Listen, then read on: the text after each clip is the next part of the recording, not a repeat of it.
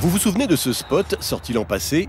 C'est à ce jour le plus primé de toute l'histoire publicitaire. Eh bien, ce blockbuster de la com, comme beaucoup d'autres, a été conçu à Amsterdam, une petite ville de moins d'1 million d'habitants. Il faut dire qu'au centre d'Amsterdam, le long des canaux, se trouvent des agences qui ne sont pas hollandaises, mais internationales, et où l'on vient d'un peu partout. I'm from Norway. Sweden. I'm American and French. I'm from Canada. I'm from Barcelona. From Holland. I'm from Ireland. Germany. Kent in England. France. C'est un centre multinational. Les gens qui bossent ici viennent du monde entier. Et le travail qui est fait ici va dans le monde entier. En fait, cette relation très forte entre Amsterdam et la pub est née de l'affrontement entre deux gros équipementiers sportifs. Ça a commencé quand Nike a décidé d'installer son siège européen à côté d'Amsterdam. En 1992, l'agence américaine de Nike, Wieden Kennedy, ouvre donc un bureau à Amsterdam.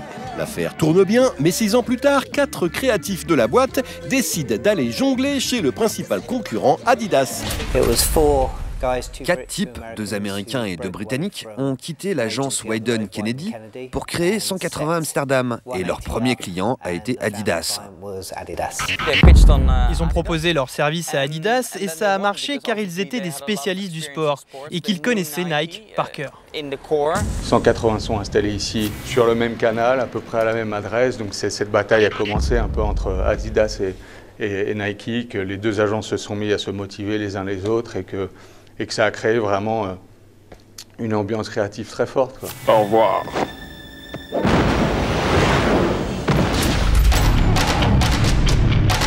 Like flint on stone. D'autres agences internationales ont ensuite suivi le mouvement comme Amsterdam Worldwide, au nom bien étudié. On s'est emparé du nom Amsterdam parce que ça fait 300 à 400 ans que Amsterdam représente une ville ouverte, une ville qui bosse à l'échelle globale même. Cette agence a notamment le budget d'Asics, autre géant du sportswear qui gère donc aussi sa pub à Amsterdam. Mais alors, d'où vient cet engouement pour la ville? De plusieurs choses, et avant tout, de son histoire. Amsterdam a un passé créatif, bien au-delà de la communication et de la pub. Historiquement, c'est un port de commerce. C'est pas surprenant que Nike ou Adidas se soient installés là, car les gens qui habitaient dans ces maisons il y a quelques siècles bossaient pour les compagnies hollandaises des Indes. Ça a toujours été un creuset pour le commerce international. Autre raison, le cadre de vie et du vélo. Tous les employés des agences installées sur les canaux vont au boulot à vélo. Et c'est vraiment sympa de pouvoir faire ça. À côté de villes comme Londres, New York ou Paris, où c'est la folie partout, ici il règne un calme qui nous permet de mettre toute la folie dans notre travail. Troisième argument, très chic, le fric.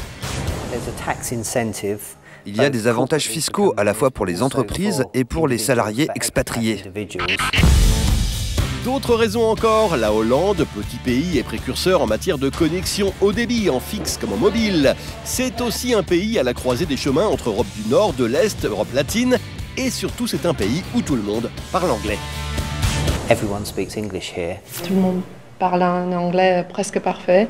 Avec tous ces atouts, Amsterdam attire à la fois les annonceurs et la crème de la crème des créatifs de tout pays et donc de toute culture, ce qui conforte évidemment son approche globale de la pub. J'ai bossé dans des agences avec des bureaux partout dans le monde, mais ici, c'est le monde qu'on a mis dans un même bureau. Si on veut réussir des pubs internationales, il faut des gens qui viennent de partout pour comprendre le monde.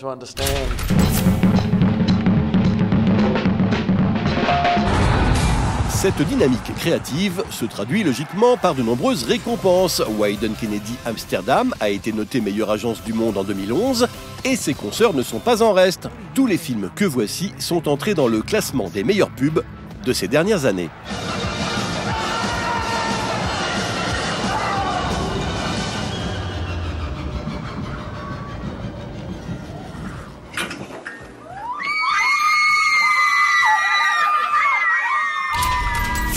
À la fin du XVIIIe siècle, le tonnage des bateaux s'est considérablement accru, causant le déclin du commerce hollandais et d'Amsterdam qui ne disposait malheureusement pas de port en eau profonde. Mais à l'heure d'Internet, les Provinces-Unies tiennent enfin leur revanche.